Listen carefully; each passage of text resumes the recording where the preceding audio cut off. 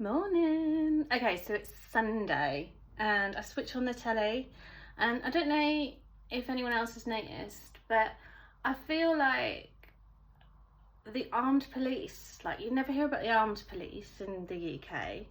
And I really like the fact that, everyone sort of takes the mick and says that we're a real, like, wimpish country. Well, I like the fact that we're a wimpish country, and I like the fact that our police didn't have to carry guns, but now it seems like we're getting more and more times when armed police having to be called. And that's because more guns are in the country, and that's because more criminals are in the country, and different crimes are also happening, because I used to see crime. I'm really, really good at like criminal profiling. I've watched way too many true life crimes. So if you tell me what the crime is, if you tell me who the victim is, I only need to know a few bits, and I'll tell you the profile of the perpetrator. Probably be able to tell you the motive as well. And I generally am right, because I'm really good at like psychology and crime and all that malarkey.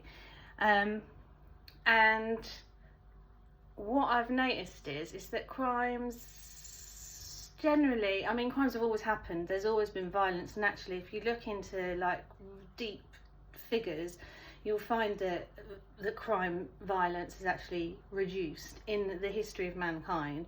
We're far less violent now than we ever have been.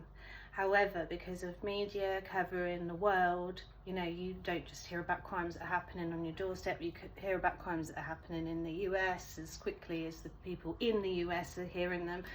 So we obviously, we learn lots more crimes are happening, and that's why it might feel like there are more crimes happening. But what I know to be true is that more crimes are happening against people who do not know they're perpetrators, and that's the difference.